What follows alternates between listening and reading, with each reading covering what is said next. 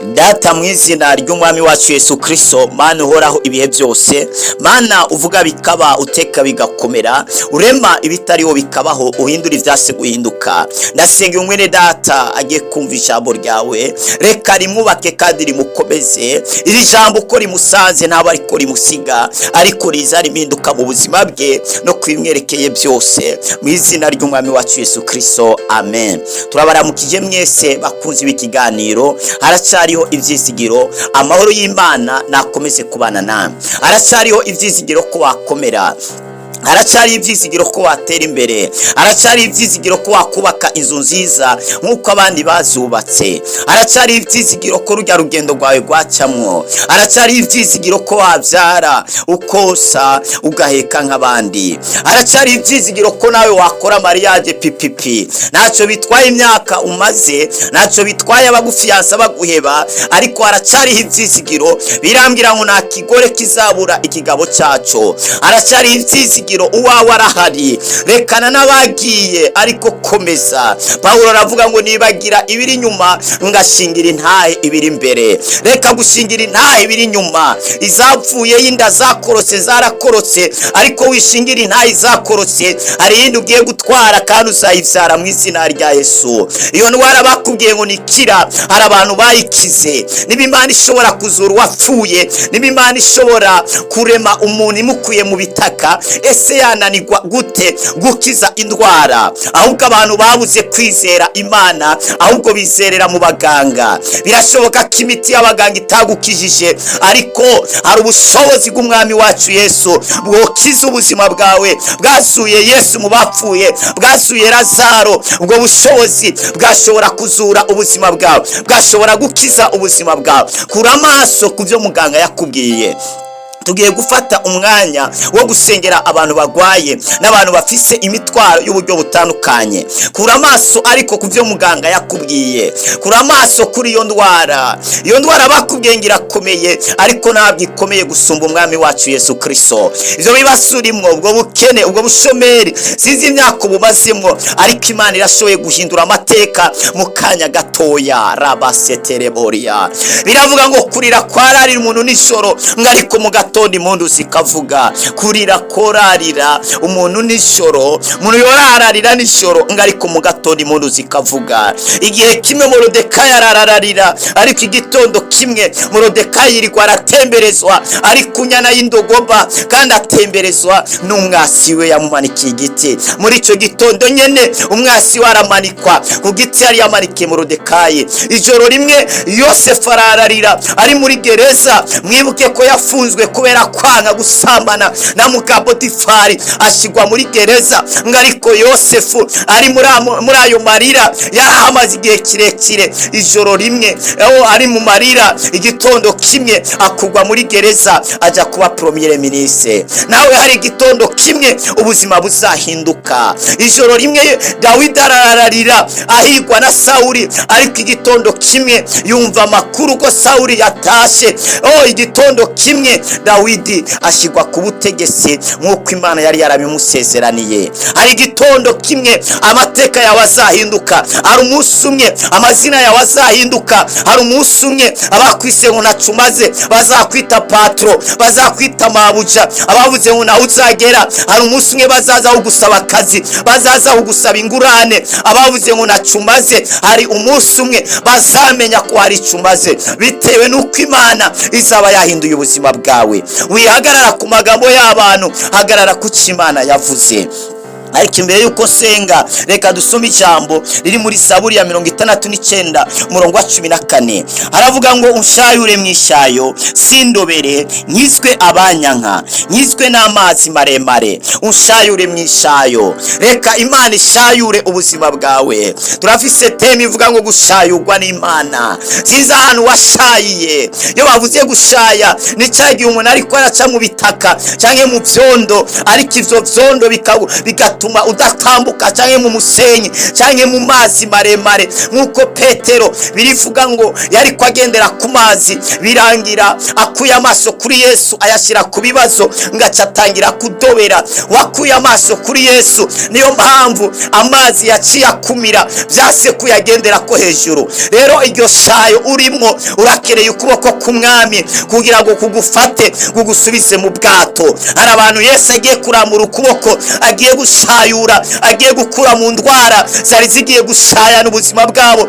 zari zigiye kurangiza ubuzima bwabo. Hari ubukene, hari amadeni, hari ibibazo byari bigiye kurangiza ubuzima bwawe, ariko umwami agiye gushayura ubuzima bwawe abusubize mu bwato, abusubize ku iterambere. Umwami agiye gushayura, agiye kugukiza abasi bawe bagombaga kupfa, batashaka kurangiza uyu mwaka wa 2025, batashaka kubaho, batashaka kurama, ariko Imana niyo yagusize mu biganza kandi yakuremye ifite impamvu, yakuremye ifite umugambi, kandi umugambi wayo nta muntu yawuhagarika. Icyo Imana yatanguje ku buzima bwawe, Imana iraje igisozere. Ntabwo yitaye ku byo bavuze, ariko Imana iri nyuma y'ijambo yavuze ku buzima bwawe kugira ngo ibashe kurisohoza. Reka Imana ishitse umugambi wayo ku buzima bwawe, ishitse ijambo yavuze ku buzima bwawe. Reka Imana ishayure ubuzima bwawe, igukize amazi maremare. Ntudobere muri ubwo bukene, ntudobere muri ayo marira, ntudobere muri ubwo bugumba, ntudobere muri ubwo busiribateri, ntudobere muri ivyo bibazo, muri ubwo bushomeri, muri ubwo bukene, ntudobere muri ayo madeni, muri ubwo bupangayi. Reka Imana ishayure ubuzima bwawe, ibushire hejuru, kandi niyikura hasi igashira hejuru. Reka dusenga Imana. Sinzi ahantu wadobeye, nawe urahazi. Ora basutekele bori ya makando. Senga Imana ishayura ubuzima bwawe. Data, mu izina rya Yesu, uri Imana ishobora byose, uri Imana ivuga bikaba, uri Imana iteka bigakomera, urema ibitariho bikabaho, uhindura ivyasi guhinduka. Ndasengeye uyu mwene data, hari ahantu yashayiye, arakeneye gushayurwa nawe. Hari ibintu byabashayanye, hari ibintu byashaye, hari ahantu bashayiye, hari ahantu badobeye, banyereye, hari ahantu vyase ko bova. Barakeneye ubutabazi buva kuri wewe, barakeneye intervention rapide, barakeneye ubutabazi bwihuse, barakeneye gukurwa mu bibazo, mu madeni, mu marira, mu bugumba, mu busiribateri. Baragomba gukurwa mu ndwara zibakikuje. Hari ibintu bashayiyemwo, hari ubuzima bashayiyemwo butari ubwabo. Barakeneye ubutabazi buva kuri wewe. Wino ushayure intama zawe, wino ushayure ubwoko bwawe, boye kudobera mu bibazo, boye kudobera mu madeni, boye kudobera mu vyaha, boye kudobera mu ngeso mbi, boye kudobera mu bibazo. Ariko Uwiteka karabasutabareya, shayura ubuzima bwawe mu izina rya Yesu Kristo. Hindura amateka y'ubuzima bwawe, bakure mu bibazo mwana, bakure mu marira mwana, bakure mu madeni mwana, bakure mu ndwara mwana, bakure mu nzara, bakure muri buno burozi babahaye, babanywesheje, bariye, bakure mwasutabareya, bakure mu rupfu ubasare mu buzima, bakure rabasete mumva bashizwemwo, ubasohore nko wasohoye Lazaro, bidegemvye mu izina rya Yesu. Ndamusengeye wafite amadeni, mwishurire ano madeni. Ndamusengeye wafite ikibazo, rabaregi bayaco mu rugo gwe, ngwino urangize kino kibazo. Ugurura runo rugendo rw'uyu mwene data, rucemwe mu izina rya Yesu. Ugurura imiryango y'akazi, ave mu bushomeri abona akazi. Ugurura imiryango abona amafaranga, abona uyu mutahe yifuza, nabatangure business atera imbere nk'abana. Ugurura runo rugendo mu izina rya Yesu Kristo. Ugurura ino mariage mu izina rya Yesu. Waravuze ngo nta kigore kizabura ikigabo cacu. Heraba baramuzaho bakagenda, zana uwisezerano, zana urubavugwe, zana uwo wamuteguriye mu izina rya Yesu. Abaza kumutekinika, abaza kumutesha umwanya, abo turabahagaritse. Zana uwukuri, zana udatinza ibintu mu ikorosi, zana uwisezerano, maze yubake urugo nk'abandi mu izina rya Yesu. Amaze igihe atwara inda zikoroka zivayo. Yesu we aregibakaya ari gukorera ubusa, ariko araruyira ubusa. Ndamusengeye mu izina rya Yesu, mpagaze mu ijambo ryo rivuga ngo muri mwebwe nawe uzakorokesha inda, nawe uzabinabyara. Abadayimoni ibyo bafunditse kugira ngo inda igiye ikivayo, ndabifunduriye mu izina rya Yesu. Uyu mwaka arayitwara, kandi mu mwaka uza nk'aya mango azaba akikiye umwana mu izina rya Yesu Kristo Umunyanazareti. Uyu nawe akeneye kumuhindurira urubyaro. Uyu mwene data umwe amaze igihe ari kubyara abahungu, arakeneye ko umucangira ukamuha akana k'agakobwa. Rabasetereboria. Uyu nawe amaze igihe abyara abakobwa, arakeneye ko wamuhindurira ukamuha n'akana k'agahungu. Kandi ibyo urabishoboye Mwami Imana, bakorere ibyo bari kugusaba. Vumbatura igifuzi cyawe waze kwifuza kwabo. Ndatuye mu izina rya Yesu, mpagaze mu bushobozi wampaye, niyakira umwana w'umuhungu akeneye, ubu nawe niyakira umwana w'umukobwa akeneye, ubu nawe niyakira igihugu akeneye kwinjiramo mu izina rya Yesu, ubu nawe niyakira umutahe akeneye mu izina rya Yesu, ubu nawe niyakira inzu akeneye kubaka, ubu nawe niyakira imodoka akeneye kugenderamo, ubu nawe niyakira urugo rwiza akeneye kubaka mu izina rya Yesu Kristo Umunyanazareti. Duza imishahara kuba ari ku kazi mu izina rya Yesu Kristo, baduza imishahara. Rabaduzi bakaya. Uyubatse inzu akabura uburyo bwo kuyimarira, niyakira ibikoresho byo kuyimarira inzu yiwe mu izina rya Yesu Kristo Umunyanazareti. Wafise amadeni, haguruka umwishyurira amadeni. Twarabibonye muri Bibiliya, twarabibonye ko wagiye wishyurira abantu amadeni ukabakura mu mwenda. Mana haguruka, we nuhinduka kuba rero uyu munsi ni kuri, haguruka umukure muri ano madeni mu izina rya Yesu Kristo. Turaguhamagaye kubwo abari mu marira, kubwo abari mu bibazo vyo mu rugo, ngwino uhanagura amarira, ngwino uhanagura amarira, ngwino uhindura uno mugabo mu izina rya Yesu. Inyota y'inzoga n'itabi muvemo, ngwino uhindura uno mugore. Hira basutareya, ngwino uhindure ivyase guhinduka. Zana agakiza muri no famiye. Ariko arasenga, arakeneye agakiza muri famiye. Ariko arasengera umuryango we ngo ukizwe uhinduke, reka bihabwe mu izina rya Yesu Kristo Umunyanazareti.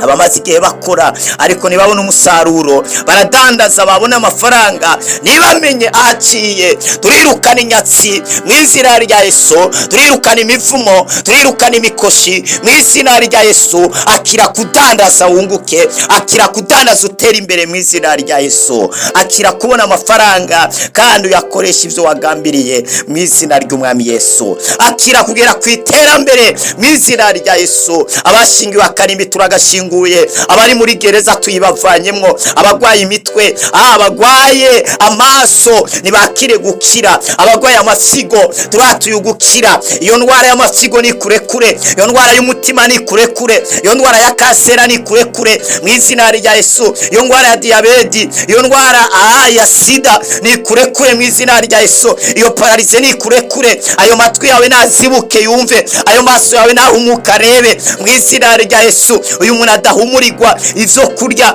atumva akamoto kavyo, uhereye ino saha ndagusengeye ngo wumve akamoto k'ivyo kurya uza gufungura uhereye uno munsi mu izina rya Yesu. Rakorabasetereboria. Uyabuze uruvyaro turamusengeye, turazibuye indaye naronka uruvyaro mu izina rya Yesu. Uru rugendo wateguye rupfa ndaguguruye mu izina rya Yesu. Aya madeni urimo turayakukuye mu izina rya Yesu.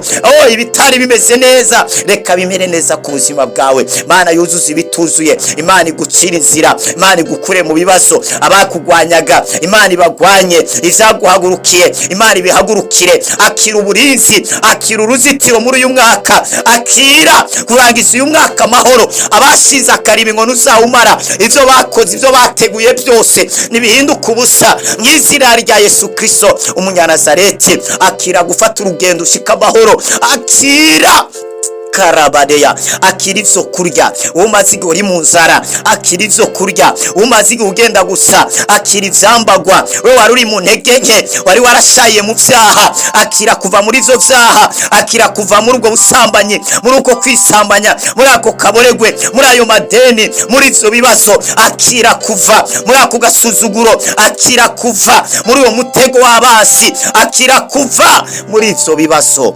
Akerebo sikatande, akira kuva muri iyo gereza wafungiwemo, akira kuva muri ivyo bitaro, wakire amagara meza ava ku mwami wacu Yesu Kristo. Urakoze mwami gukijija abagwaye, bohoya baboshwe, cyubahiro cyose ni cyawe ibihe byose mu izina rya Yesu, amen. Biravuga ngo Imana ibasha gukora ibirenge byo dusaba, ibirenge byo dutekereza, nkuko ubushobozi bwayo budukoreramo buri. Hari ibintu Imana ikoze birenge ivyo nariko ndasengera, birenge ivyo nariko ndasaba kubw'ubuzima bwawe. Ariko icyo usabwa ni ugushimira Imana kuvyo yakoze ku buzima bwawe. Nyuma yo kumviriza ino message, ufata umwanya wo gusenga, usengeye muri ino jambo, ufata umwanya ukwiriye gusenga, usengera muri ino jambo. Ariko manzi usenga ushimira Imana ko ari ikintu wakiriye, kukiza indwara, kubo hose, ko Imana ishayuye ubuzima bwawe, Imana iguha umugisha. Wifuza gusengerwa, wifuza gusobanuza inzozi warose, twakure kuri ino nimero +257 65 986 540. Mwarahizegiwe cyamwe, mwari kumwe na Apotre wa Kristo Urori Shine. Mwibuke gusangiza abandi rino sengesho uko ryabasha kubafasha. Murakoze cyane.